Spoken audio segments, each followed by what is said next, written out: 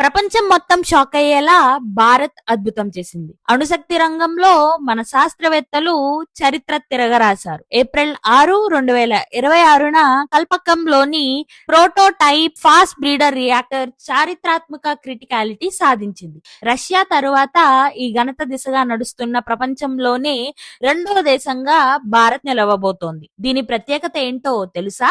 ఇది వాడే ఇంధనం కంటే ఎక్కువ ఇంధనాన్ని ఉత్పత్తి చేస్తోంది. అందుకే దీన్ని మ్యాజిక్ రియాక్టర్ అంటారు. ఇండియా దగ్గర ప్రపంచంలోనే అతిపెద్ద థోరియం నిల్వలు ఉన్నాయి. ఈ రియాక్టర్ ద్వారా మన థోరియంతో రాబోయే వందల సంవత్సరాలకు సరిపడే విద్యుత్ తయారు చేయవచ్చు. ఇది 100% స్వదేశీ పరిజ్ఞానంతో IGCAR శాస్త్రవేత్తలు డిజైన్ చేసి నిర్మించింది. ఇప్పుడు కమర్షియల్ స్కేల్లో ఇది నడపలేకపోతున్న అమెరికా, ఫ్రాన్స్ వంటి అగ్రరాజ్యాలకు భారత్ సమాధానం చెప్పింది.